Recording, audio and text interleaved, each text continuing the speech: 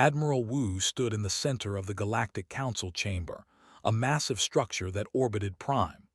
The chamber was built to make visitors feel small, and it worked. Around him sat representatives from 53 alien species, each one looking down at him from elevated platforms. The air smelled strange, a mix of different atmospheres pumped in to accommodate the various beings present. Some breathed methane, others needed intense cold, and a few existed as energy patterns barely visible to human eyes. Beside Wu stood Park, his tactical officer, and Minyu, the diplomatic advisor. Both looked calm, but Wu could see the tension in their shoulders. They had been summoned here 3 days ago with no explanation. Now they were about to find out why. The sovereign spoke first. It was a creature, twice the height of a human, with 4 arms and compound eyes that reflected the chamber's lights like tiny mirrors. Its voice came through a translator that made it sound cold and mechanical. Humanity has been found in violation of galactic law. You have expanded into territories claimed by the Empire. You have ignored warnings. You have colonized 17 systems without permission. Wu wanted to argue. Those systems had been empty. No one lived there. Humanity had followed every rule they knew about, but he stayed quiet and listened. The hierarch spoke next. It was a being made of living crystal, its body constantly shifting colors as it thought. The council has deliberated. The decision is unanimous. Humanity must withdraw from all territories beyond your home system of Sol. You have 30 standard cycles to comply. 30 cycles? That was barely 6 weeks in Earth time. Wu felt his stomach drop. 17 colonies, millions of people, farms, factories, homes, schools, all of it built with human sweat and blood. And now they wanted humanity to just leave it all behind. That is impossible, Wu said, keeping his voice steady. Our people cannot be moved that quickly. We need more time. Time is not something we are willing to grant, the sovereign replied. Your species is young and aggressive. You expand too fast. You ask too many questions. You challenge traditions that have stood for 10,000 years. The council has voted. Humanity will retreat or humanity will be made to retreat. The threat was clear. Wu glanced at who gave a tiny nod. They both understood what this meant. If humanity refused, the council would send their fleet. And the council fleet was massive, thousands of ships from dozens of species. I must consult with my government, Wu said. We need time to discuss this. The sovereign's mandibles clicked together in what might have been laughter. You have 72 hours. Return here with your answer. Do not be late. The 3 humans were escorted out of the chamber by guards that looked like living metal. Once they were back in their shuttle, safely sealed inside and away from listening devices, pulled out a data pad and began typing rapidly. What are you doing? Minyu asked. Checking military movements, replied. Her fingers flew across the screen. I want to know if they are already positioning forces. 5 minutes later, she looked up, her face pale. 3 council species have moved toward our colonies. They have 12 heading to Nu. They have forces moving toward Nu. And there's a 3rd fleet, species unknown, heading toward our mining operations in the Belt colonies. They made their decision before we even arrived, Wu said quietly. This meeting was just for show. They expect us to surrender without a fight. Minyu shook his head. Maybe we should. How can 300 human ships fight against thousands? The math does not work in our favor. Maybe the math does not matter, said, still looking at her screen. Maybe they are counting on us to think like that. The shuttle ride back to the human embassy station took 6 hours. During that time, Wu sent encrypted messages back to Earth. He told them everything. The ultimatum, the impossible timeline, the fleets already moving into position. When they arrived at the embassy, a message was waiting. President Lee wanted an immediate video conference with the full War Council. Wu had expected this. The holographic display showed 15 faces. President Lee sat at the head of the table, her expression calm but her eyes hard. Fleet Admiral Han was there, along with Chief of Intelligence and a dozen other military and civilian leaders. Wu gave his report. He left nothing out. When he finished, silence filled the room for a long moment. "They want us to crawl," said finally. "They want us to give up everything we have built and go back to our single system like good little primitives." "What are our options?" President asked. "Three options," replied. "1. We comply. We abandon the colonies and retreat to Sol. We lose everything but we survive. 2. We negotiate. We offer to give up some colonies in exchange for keeping others. Maybe we can make a deal. 3. We refuse. We fight." "Fighting is suicide," one of the civilian ministers said. "Their fleet is 10 times larger than ours." "Maybe," said softly. Everyone turned to look at the intelligence chief. She was a small woman with gray hair, but her mind was razor sharp. "I have been studying the council for years. This ultimatum is a test. If we retreat, they will never respect us. We will become vassals. They will control our trade, our expansion, everything. We will be slaves in all but name." "And if we fight?" President asked. "We might lose, but we might win. The council has not fought a real war in centuries. They rely on their size to intimidate enemies into surrender. They have forgotten how to bleed." Another long silence filled the room. Wu watched President's face. He had known her for 20 years. He could see the calculation happening behind her eyes. "If we fight, how do we win?" she asked. Leaned forward. "We do not fight the way they expect. We do not meet them in open battle where their numbers crush us. We fight like humans have always fought when outnumbered. We use speed. We use deception. We hit them where they are weak and vanish before they can respond. We make them bleed until they decide the cost is too high."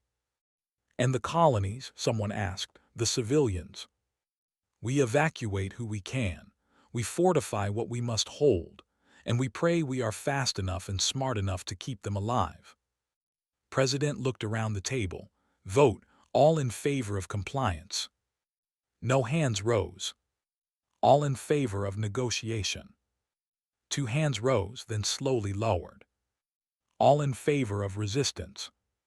Every hand in the room went up. President nodded slowly. "Then we are at war. Admiral Wu, return to the council chamber tomorrow. Give them our answer. Admiral, begin Operation Defiance. Move our fleets into position. Alert all colonies. This will not be easy. Many of us may not survive, but we will not kneel." 24 hours later, Wu stood again in the council chamber. The sovereign looked down at him with those compound eyes. "Has humanity made its decision?" the creature asked. Wu took a deep breath. "We have. We respectfully decline your ultimatum. Humanity will not retreat." The chamber erupted in chaos. Dozens of species began shouting at once, the translators creating a cacophony of noise. The sovereign raised all 4 arms, demanding silence. "Then humanity has chosen extinction. This council hereby authorizes the use of military force to remove the human infestation from contested territories. You are in breach of galactic law. You will face consequences." Wu turned and walked toward the exit. As he reached the door, he pulled out a small device from his pocket and pressed a single button.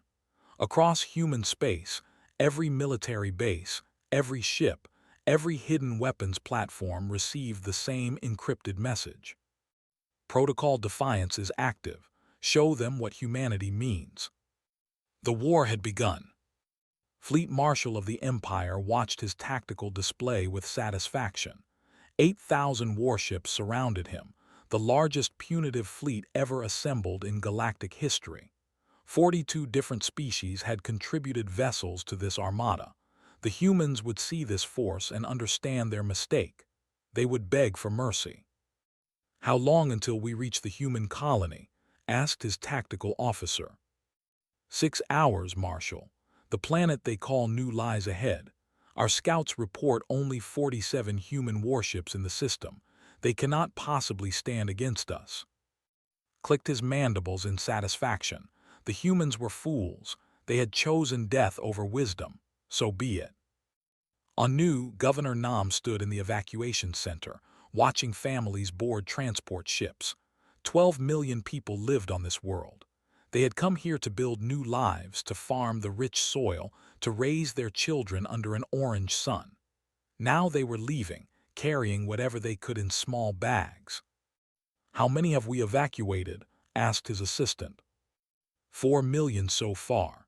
The transports are running constantly, but we will not get everyone out before the fleet arrives. Nodded. He had known this would happen. Not everyone could leave. Some had refused, saying this was their home and they would not abandon it.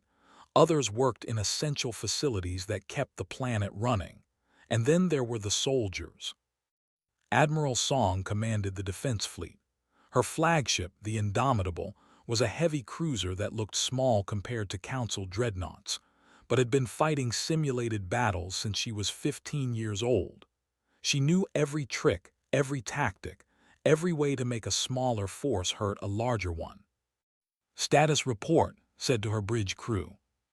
"All ships report ready, weapons charged, shields at maximum, hidden platforms are in position and on standby." "Good, remember the plan. We make them think we are desperate, we make them overconfident, and then we show them the truth." The Council fleet arrived exactly on schedule, positioned his massive armada in a standard siege formation. The human ships looked tiny against his force, like insects facing a dragon. "This is Fleet Marshal of the Galactic Council Enforcement Fleet. Human vessels, you are ordered to stand down immediately. Surrender your ships and prepare to evacuate this planet. You have 10 minutes to comply." His response was simple.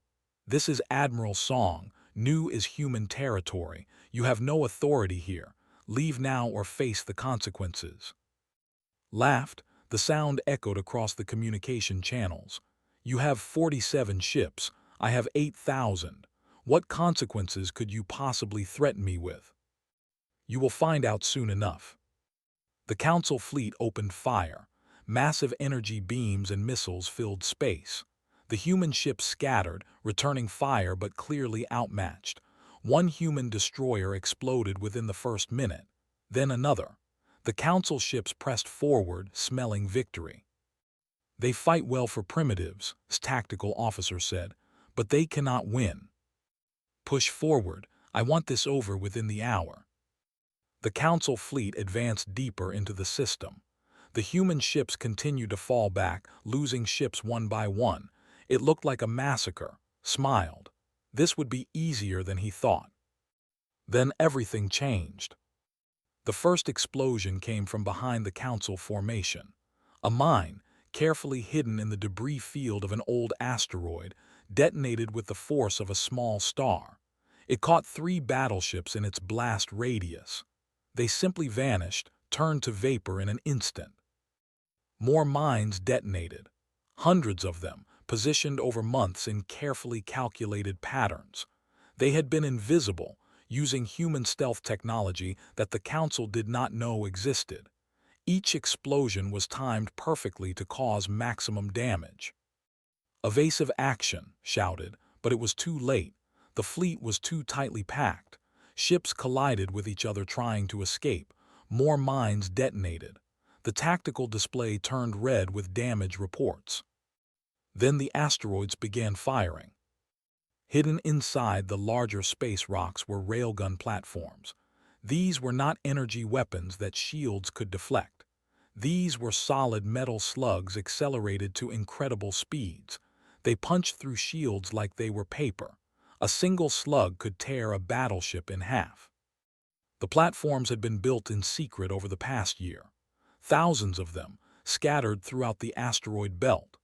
Each one was automated, controlled by sophisticated AI that calculated firing solutions faster than any organic being could think. "We are taking massive casualties," the tactical officer reported. 70 ships destroyed, no 90, the count keeps rising. "Return fire, destroy those platforms." The Council fleet tried to fight back, but they could not find targets. The platforms were hidden inside asteroids. The Council ships had to blast through solid rock to reach them. It was slow, difficult work. And while they focused on the platforms, something else happened. The human ships that had been retreating suddenly stopped running.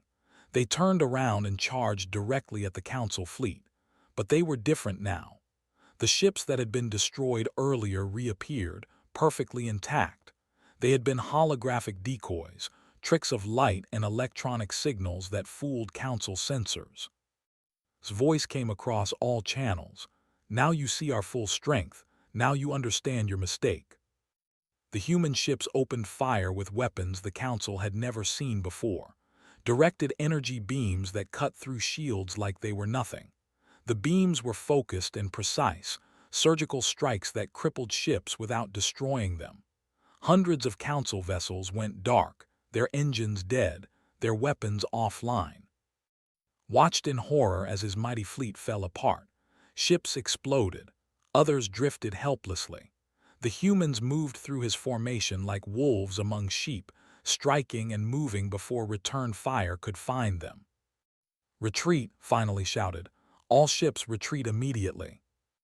But retreating was not easy. The Council fleet was in chaos. Ships blocked each other's escape routes. More mines detonated as they tried to flee. The railgun platforms continued their relentless fire. Of the 8,000 ships that had entered the system, fewer than 3,000 escaped. His flagship barely made it out. His hull was breached in 7 places. Half his crew was dead. He had never experienced such a complete and total defeat. On the Indomitable watched the enemy fleet run. Her crew cheered, but she did not join them. 16 human ships had been destroyed. Thousands of her people were dead. Victory had a cost. "Status report," she ordered. "The enemy fleet is in full retreat. 5,000 Council ships destroyed. 2,000 more are crippled and drifting. We are moving to secure prisoners and provide medical aid." "What about our losses?" 16 ships destroyed. 3,200 casualties. New is secure. His face appeared on the screen. "Admiral, we are receiving surrender signals from dozens of Council ships. They are requesting assistance. Some are suffering life support failures. Send rescue ships. We treat prisoners with honor. Make sure medical teams are ready." The battle was broadcast across the entire galaxy. Every species saw the footage. The mighty Council fleet broken and scattered. The humans, outnumbered 20 to 1, had won decisively. In the Council chamber on Prime, the Sovereign watched the reports with growing fury. The Hierarch's crystal body flickered with uncertain colors. Other species began talking in worried voices. "How is this possible?" one ambassador demanded. "The humans were supposed to be weak, primitive. You said they would surrender easily." "They cheated," the Sovereign hissed. "They used weapons we did not know about, tactics that are dishonorable." "They used intelligence and preparation," another voice countered. "They fought smart while we fought stupid. Perhaps we are the ones who should learn lessons from this." Arguments broke out across the chamber. Some species called for immediate escalation. Others suggested negotiation. A few even proposed withdrawing from the war entirely.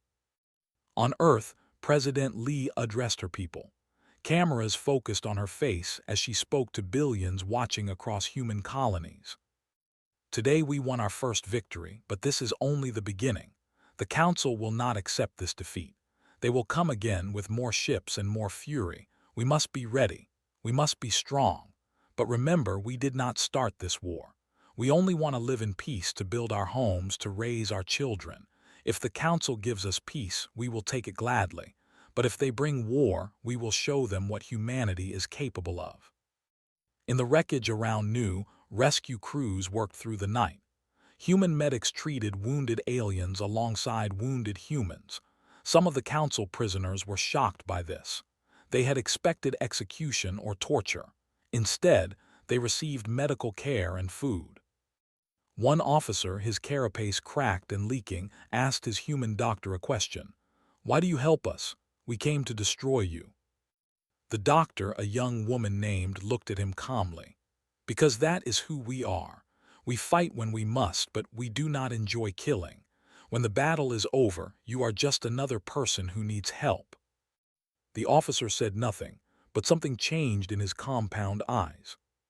Far away on a council military station, officers studied the battle recordings over and over. They analyzed every human tactic, every weapon, every movement. Some saw disaster, others saw opportunity. The humans had revealed their secrets. Next time the council would be ready. But what the council did not know was that the humans had revealed only some of their secrets. There were more weapons, more tactics, more surprises waiting in the dark. The Galactic Council chamber was in chaos. Species shouted at each other in dozens of languages, the translators struggling to keep up. The sovereign demanded order, but nobody listened. The defeat at Nu had shaken the foundation of everything the council believed about itself. "We must mobilize everything," one ambassador shouted. "Every ship, every weapon, crush the humans before they become a greater threat." "The cost would be enormous," another replied. "My people have already lost 400 ships. Our economy cannot sustain another defeat like that." The hierarch's crystal body pulsed with dark red colors, a sign of deep concern. "Perhaps we should negotiate. The humans have proven they can defend themselves. Maybe coexistence is possible." "Coexistence with primitives," the sovereign hissed. "Never, they must be taught their place." While the council argued, Fleet Marshal was trying to rally the species for a second wave. But he found fewer allies than before. 12 species had quietly withdrawn their support for the war. Their ambassadors used diplomatic language, but the message was clear. They wanted no more of this conflict. On Earth, Fleet Admiral Han stood in the command center, studying holographic displays of the entire galactic region. Red markers showed council military installations. Blue markers showed human colonies. Green markers showed species that had declared neutrality. "The council expects us to wait for their next attack," said to his staff. "They think we will defend our colonies and nothing more. We are going to surprise them." Captain Lee looked up from his tactical station. "You want to attack first?" "Exactly. We hit them before they can organize. We strike fast and hard at their military infrastructure. No civilians, no colonies, only military targets. We show them that choosing war with humanity was the worst decision they ever made." The orders went out within hours. Operation Sovereign Fist was launched. 7 human strike fleets, carefully positioned over the past weeks, moved toward their targets simultaneously. Captain commanded the assault on the shipyards at Al Prime. His fleet of 40 ships jumped out of faster-than-light travel right on top of the massive construction facility. They had been building new warships here for centuries. Today, that would end. "All ships weapons-free," ordered. "Target the construction bays first, then the fuel storage. Leave the life support sections intact." The human ships moved with practiced precision. Missiles streaked through space, each one finding its target with perfect accuracy. The massive construction bays, each one the size of a small moon, erupted in flames. Half-built warships broke apart. Cranes and assembly equipment tumbled through space. The defense fleet responded, but they were caught completely by surprise. They had not expected an attack here, deep in their own territory. By the time they organized a defense, the damage was done. The shipyards would take years to rebuild. Commander Shin led a different assault on the Warfleet staging area at Hive Cluster 7. They had gathered nearly 2,000 ships here, preparing for another invasion of human space. His fleet was much smaller, only 35 ships, but they had something they did not expect. "Launch the drones," ordered. From the human ships, thousands of small autonomous drones spread out like a cloud. Each one was barely the size of a car, too small for most sensors to track effectively. The fleet tried to shoot them down, but there were too many. The drones attached themselves to enemy ships and began cutting. They used plasma torches to slice through hull plates, destroying weapons systems, engines, and communication arrays. They did not kill crews, but they turned warships into helpless metal boxes floating in space. Within 3 hours, the staging area was neutralized. Not a single ship could fight effectively. The Sovereign received the news and smashed furniture in rage. Lieutenant Park led the most daring raid of all. His target was the Council's central military communication hub, a massive space station that coordinated all Council military operations. It was deep in Council territory, protected by multiple layers of defense. His team used a captured Council transport ship to approach the station. When challenged, they broadcast identification codes stolen by human intelligence operatives. The codes worked. The station let them dock. 40 Special Forces soldiers dressed in captured armor walked through the station's corridors. They moved with confidence as if they belonged there. When they reached the main communication center, they dropped the disguise. "Everyone down," shouted in the trade language. "We are not here to kill anyone. Stay calm and you will live." The Council officers and technicians dropped to the floor, terrified. The humans moved quickly, planting explosive charges on the main computer cores. They also downloaded every file they could access, stealing thousands of classified documents. 5 minutes later, they were back on their ship. As they undocked and jumped away, the charges detonated. The communication hub went dark. Across Council space, military units lost contact with Central Command. Orders could not be sent. Coordination fell apart. While these conventional attacks happened, another war was being fought in cyberspace. A civilian specialist in computer systems led a team of hackers in attacks on Council networks. They infiltrated logistics databases and changed shipping manifests. Supplies meant for military bases were rerouted to wrong locations. Ammunition arrived without weapons. Fuel was delivered to bases that had no ships. The Council military machine began to break down. Ships could not refuel. Bases ran out of food. Repair facilities lacked spare parts, and nobody knew why. The digital sabotage was invisible and untraceable. Special Forces Commander led physical sabotage teams deep into Council territory. They used small, fast ships to reach isolated military installations. Fuel depots exploded mysteriously. Ammunition stores caught fire. Weapon manufacturing facilities suffered equipment failures. The Council tried to respond, but they were fighting a kind of war they had never experienced. Their honor-bound military traditions had rules about how wars were fought. You met the enemy in open battle. You did not sneak around destroying supply lines. You did not hack computers. These tactics seemed cowardly to them. But humans had learned through thousands of years of warfare on Earth that honor does not win wars. Strategy wins wars.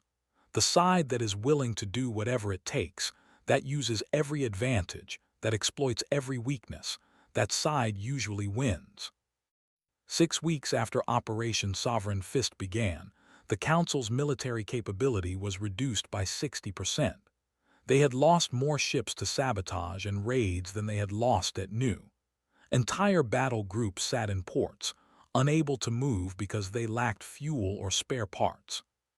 The Council tried to hide this from the general galactic population, but word spread. Merchant ships carried rumors. Refugees told stories. Soon everyone knew the humans were winning. More species from the war effort. Some openly signed armistice agreements with humanity. Others quietly stopped sending their ships to fight. The monolithic Council fleet that had seemed so mighty was fragmenting into pieces. On Prime, the Council convened an emergency session. The Sovereign was gone, recalled by his own people who were furious about the losses. The Hierarch now led the session. "We must face reality," the Hierarch said, its crystal body pulsing with somber blue light. We cannot win this war, not the way we are fighting it. The humans are too clever, too adaptable. They fight without honor, but they fight effectively. Then we make peace, one ambassador said. We negotiate terms before more of our people die. No, said a voice from the back. It was Fleet Marshal and bitter from his defeats. We have one option left. We use the forbidden weapons, biological warfare, chemical agents. We strike at their colonies, kill their civilians, make them feel pain until they beg for mercy. The chamber fell silent. For centuries, the council had banned such weapons. Using them was considered the ultimate disgrace, but desperate times made beings consider desperate options. If we do this, the hierarch said slowly, we become monsters. We lose any moral authority we claim to have. Moral authority means nothing if we are all conquered by primitives, replied. The vote was close. 27 species voted against using forbidden weapons. 26 voted in favor. It should have ended there, but the Empire announced they would use biological weapons regardless of the vote. They would do what was necessary to win. President Lee received intelligence reports about the plan within hours. She immediately broadcast a message across all channels, both human and alien. All species in the Council and to the Empire specifically, we know you are considering using biological weapons against our colonies. We are warning you now. If you use such weapons, we will respond in kind. We have capabilities you have not seen yet, weapons we hope never to use. Do not force our hand. We ask only to be left alone to build our future. We do not want to destroy you, but if you attack our civilians with forbidden weapons, we will show no restraint in our response. The message was clear. It was also terrifying. What weapons did the humans have that they had not yet revealed? The council species began to wonder and worry. But the Empire, humiliated by their defeats, driven by rage and desperation, did not listen. They loaded biological weapons onto their ships and set course for the human colony of New Sol. Fleet Admiral received the intelligence reports and felt his blood run cold. How long until they reached New Sol? 4 days, maybe less. Looked at the authorization codes on his desk. The codes that would let him use humanity's most terrible weapons. Planet-killer class antimatter warheads. Weapons that could turn a world into dust. Prepare contingency plans, he said quietly. If they use biological weapons, we respond with everything we have. No half measures. They chose this path. The galaxy held its breath and waited to see which side would blink first. President Lee had not slept in 3 days. She stood in her office, looking at reports that made her want to scream or cry or both. Humanity was winning the war, yes, but the cost was becoming unbearable. 30,000 soldiers dead, 8 colonies under constant threat. The economy was strained to breaking point as every resource went toward the military. Madam President, her assistant said quietly, Councillor Bay is here to see you. He says it is urgent. Sighed, she knew what wanted. He had been leading the opposition party, calling for peace negotiations. 2 weeks ago, she had ignored him. Now she was not so sure. Entered the office. He was a tall man with gray hair and tired eyes. Madam President, we need to talk about ending this war. We are winning, Counselor. Are we? Tell that to the families of the 30,000 dead. Tell that to the colonists living in fear every day. Tell that to the factory workers doing triple shifts to build weapons. Yes, we are winning battles, but at what cost? Gestured to a chair. Sit, speak your mind. Sat down heavily. My people are tired, Madam President, not just physically tired, soul tired, war tired. We need peace. Many council species are willing to negotiate now. We should take that opportunity before something worse happens. They are not willing to negotiate. They are bringing biological weapons to New Sol as we speak. Then we evacuate New Sol. We give them what they want. We make peace. And then what? We give up another colony and another. Where does it stop, Counselor? When do we finally say no more? Before could answer, alarms began blaring throughout the building. Han, the director of Homeland Security, burst into the office without knocking. "It has happened," said, her face pale. "The deployed biological weapons at New Seoul 30 minutes ago.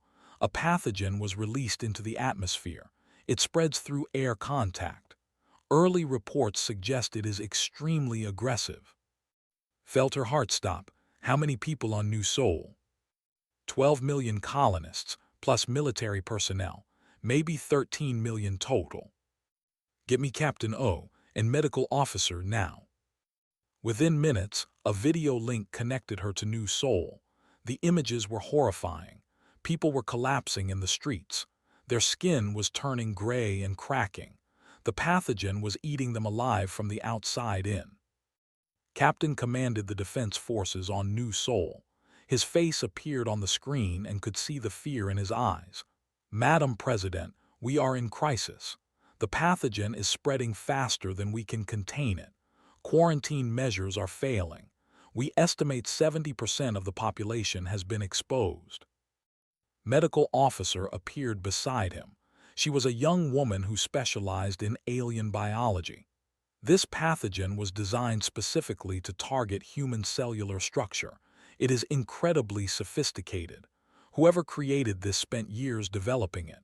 I am working on a treatment, but I need time. "How much time?" asked.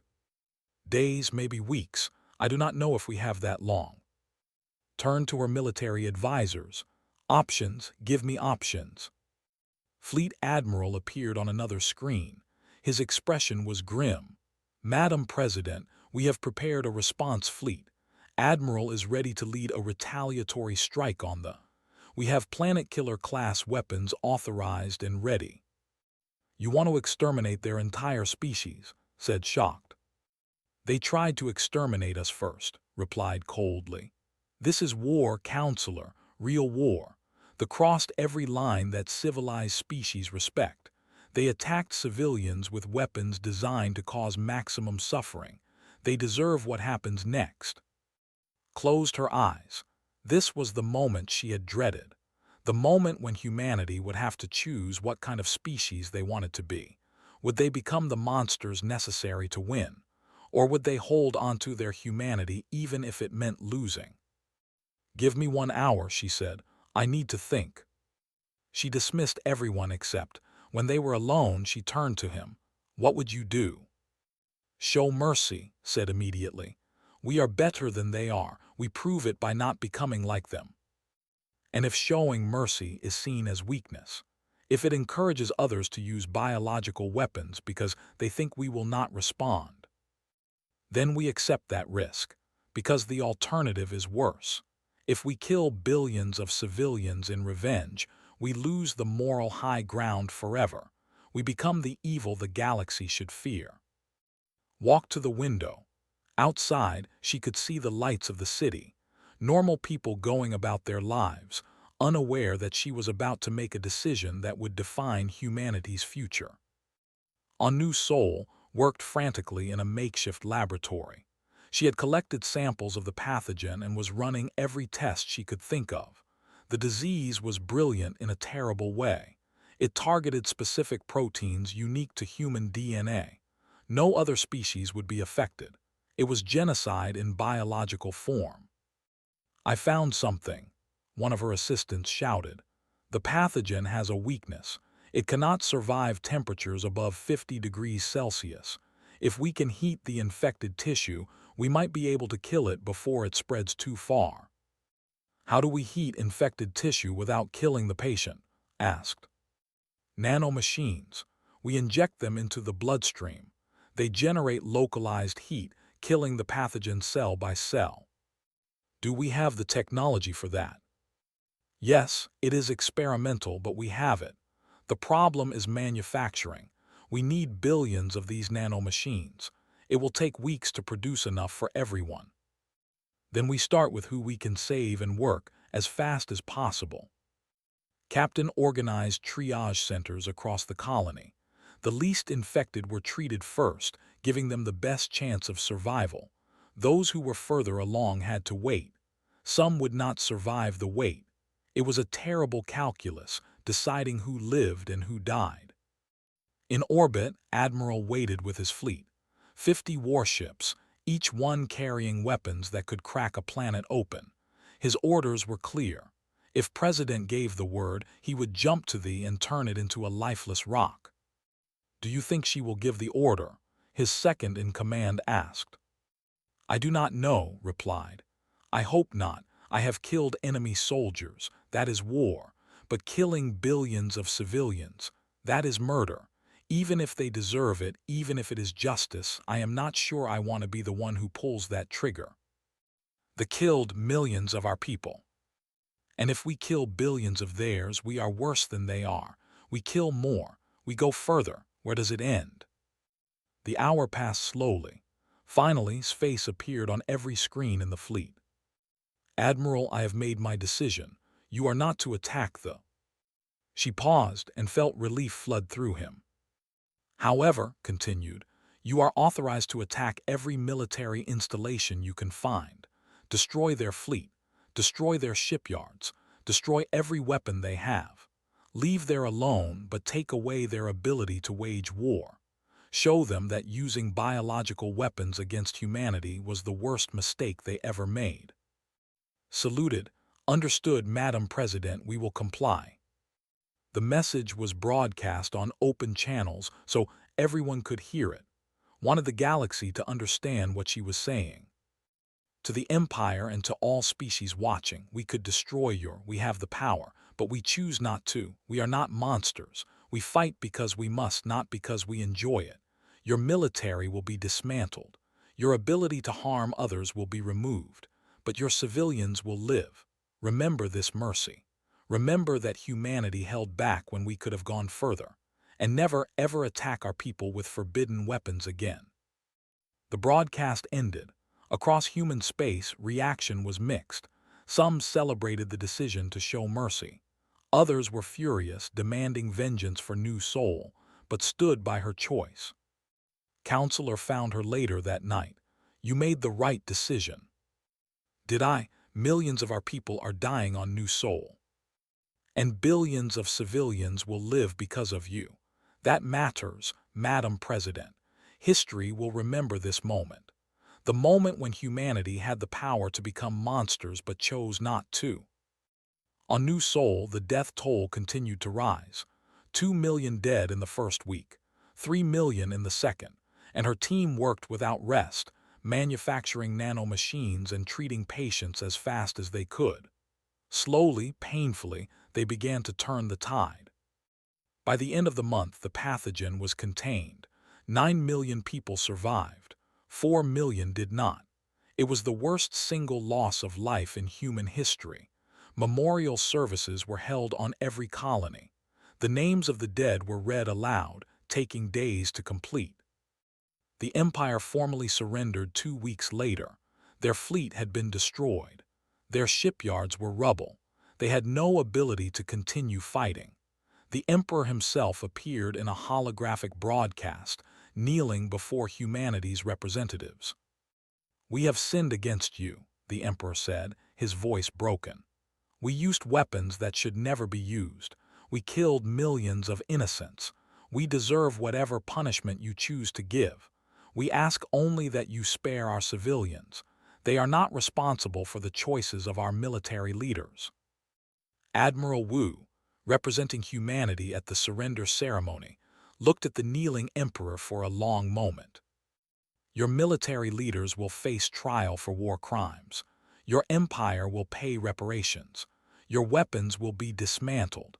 But your people will live, not because you deserve mercy, but because we choose to be better than you were." But not everyone in the council accepted this outcome. They saw humanity's mercy as weakness. If humans would not retaliate fully even after biological attack, then they could be beaten. They just needed one more push. The sovereign began gathering the remaining species. They would make one final assault, not on a colony this time. They would strike at Earth itself, cut off the head, and the body would die. The war was not over yet. The Galactic Council was dying. 27 species had signed peace treaties with humanity and withdrawn from the conflict. 15 species remained loyal to the position, led by the sovereign. The rest tried to maintain neutrality, watching and waiting to see who would ultimately win. In the council chamber, the sovereign addressed the remaining loyalists. "We have one chance left, one opportunity to end this threat before humanity grows too powerful. We strike it there. We destroy Earth itself. Without their origin planet, without their central government, the human colonies will fracture. They will fight among themselves. The threat will end." "This is madness," the hierarch protested, its crystal body flashing angry orange. "Attacking there will unite humanity like nothing else. It will prove everything they have said about us." "Then you are free to leave, hierarch. Join the cowards and traitors who have already abandoned the council. The rest of us will do what must be done." The hierarch's body went dark, a sign of deep disappointment. It left the chamber without another word. 3 more species followed, but 12 remained, and between them they gathered 2,000 warships. Not as many as before, but still a formidable force. The fleet was equipped with every weapon and every upgrade they could manage. They had studied human tactics. They had learned from their defeats. This time would be different. On Earth, intelligence services detected the fleet movement within hours. Director brought the information directly to President Lee. "They are coming here," said. 2,000 ships. ETA 72 hours. They mean to end this war by destroying us completely." Looked at the tactical display. "Can we stop them?" Fleet Admiral says yes. "We have every available ship positioned to defend Sol system. 347 warships, plus orbital defense platforms, ground-based weapons, and every trick we have left. But it will be close." "What about civilian evacuation?" "We can evacuate maybe 5 billion people in 72 hours. That leaves 4 billion on Earth with nowhere to go. Luna base and Mars colonies can take some, but not everyone."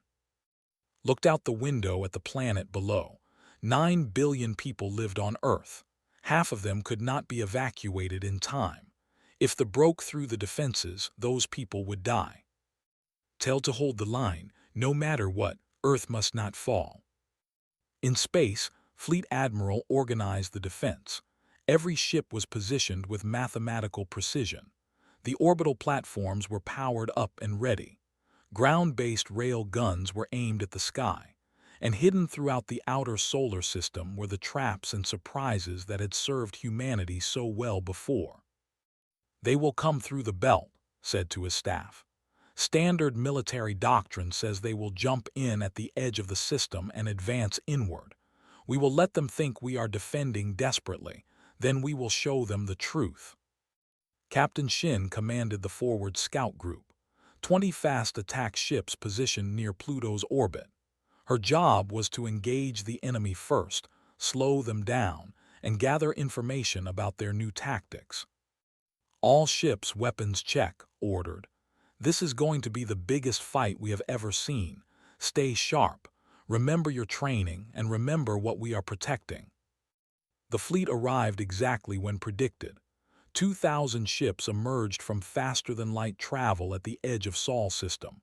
They formed up in a tight defensive formation, learning from past mistakes. They advanced cautiously, scanning for mines and hidden platforms.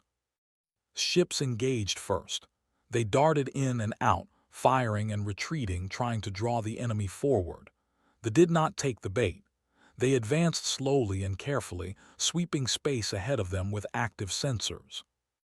"They learned," reported two. "They are not rushing in. They are being smart about this." "Good," replied. "Let them be smart. We will be smarter." The battle developed slowly over 8 hours as the fleet pushed deeper into the system.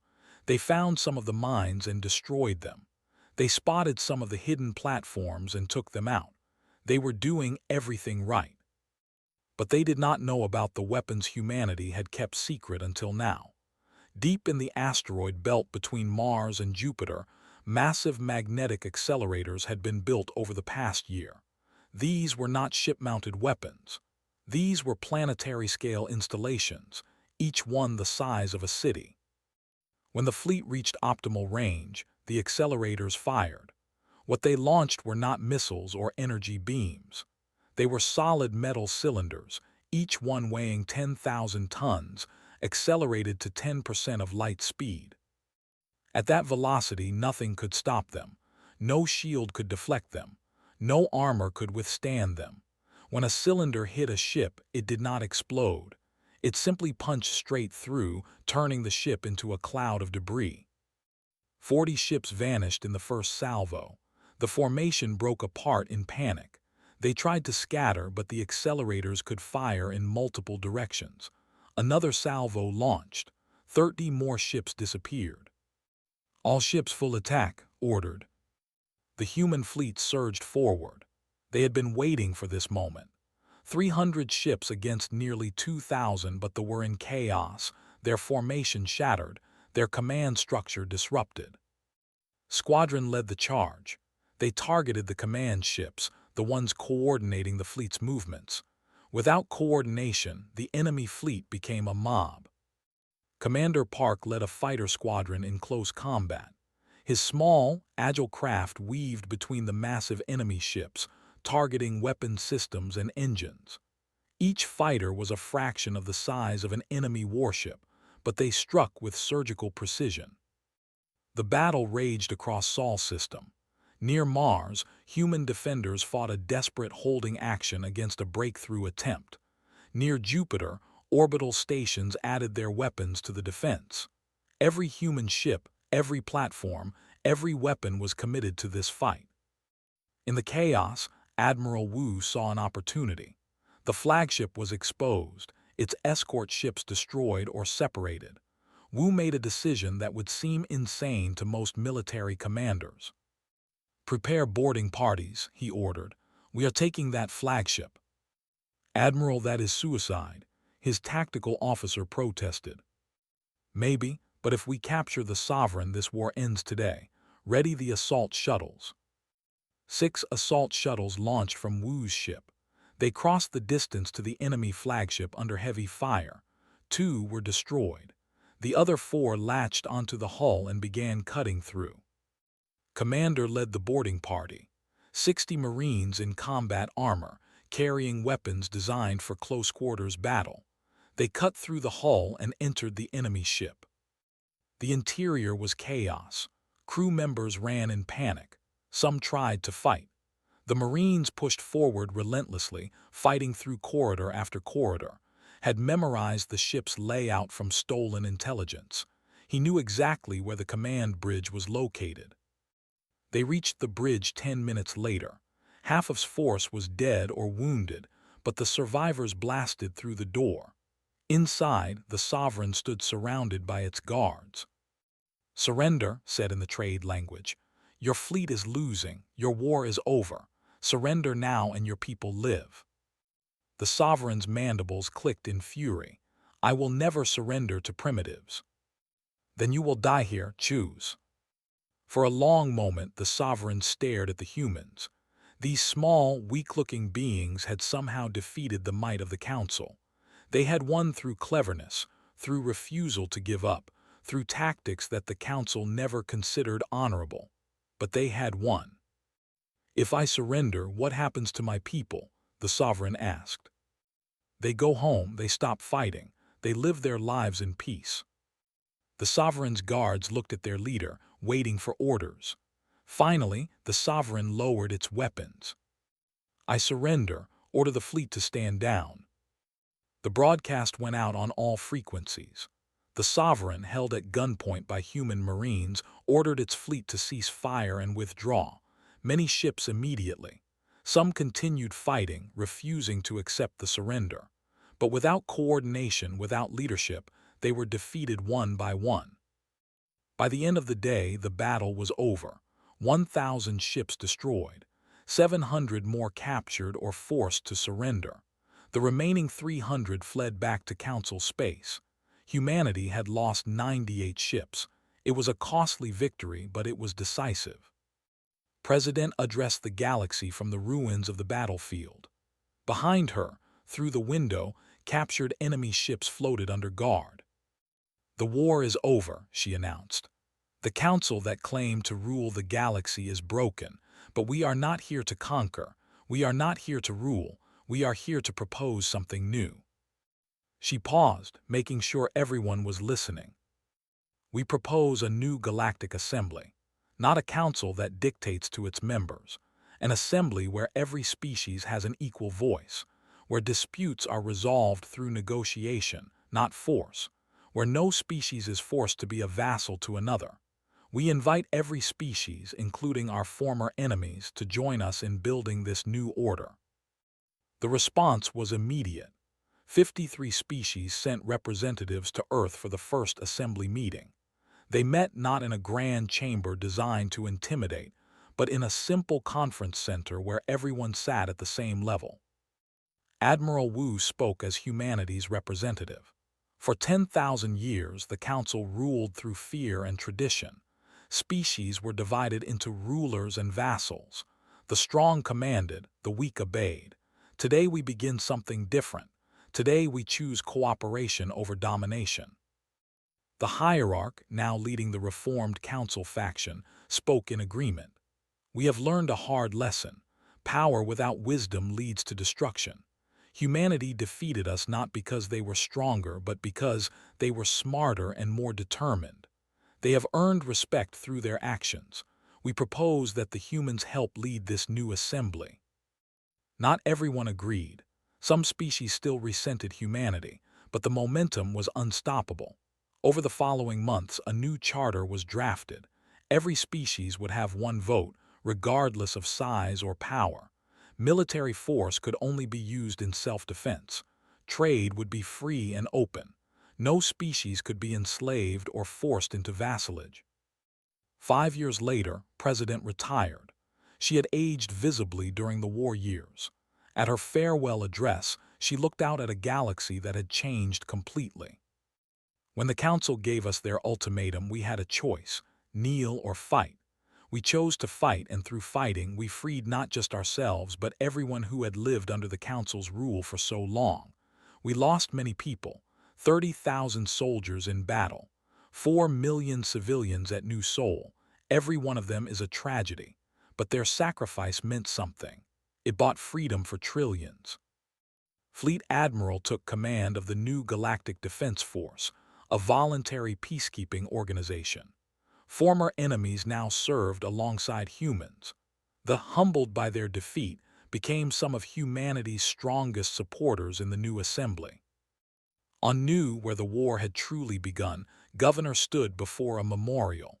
Carved into black stone were the names of every person who had died in the war, human and alien alike. Families came here to remember. Children who would never know their parents. Parents who had lost children. The cost of freedom written in names. "Do you think it was worth it?" someone asked. He thought for a long moment before answering. "Ask me that question in 100 years. If the galaxy is still free, if species still govern themselves, if the strong do not rule the weak through fear, then yes, it was worth it. Every life lost, every sacrifice made will have meaning." A young girl placed flowers at the base of the memorial. She was from the species, one of the former enemies. She had been born after the war ended. She knew the history, but she also knew the present. She lived in a galaxy where her people and humans were allies, where former enemies traded and cooperated, where peace was the norm, not the exception. "Thank you," she said in broken human language, speaking to the memorial. "Thank you for giving us a better future." Smiled. Maybe the answer was not 100 years away. Maybe it was already clear. On Earth, in the archives of the Galactic Assembly, a single document was preserved under glass. It was the original ultimatum from the Council, demanding humanity's retreat. Beside it was humanity's response, written in Wu's hand. "We respectfully decline." 3 words that had changed the galaxy forever. 3 words that proved sometimes the right answer to an unjust demand is simply no. 3 words that showed the universe what humanity meant when they said they would never kneel. The memorial lights dimmed as evening came. Across the galaxy, in thousands of systems, in hundreds of species, people went about their lives in freedom. They did not think about the war much anymore. It was history. But they lived in a galaxy shaped by that war. A galaxy where freedom mattered more than tradition, where justice mattered more than power, where no species would ever be forced to retreat from their homes again. And if another threat ever arose, if another would-be conqueror tried to dominate the galaxy, they would find themselves facing not just humanity, but every species that remembered what freedom cost and refused to give it up. The stars shone on, and humanity, the species that had once been told to retreat, stood among them as equals.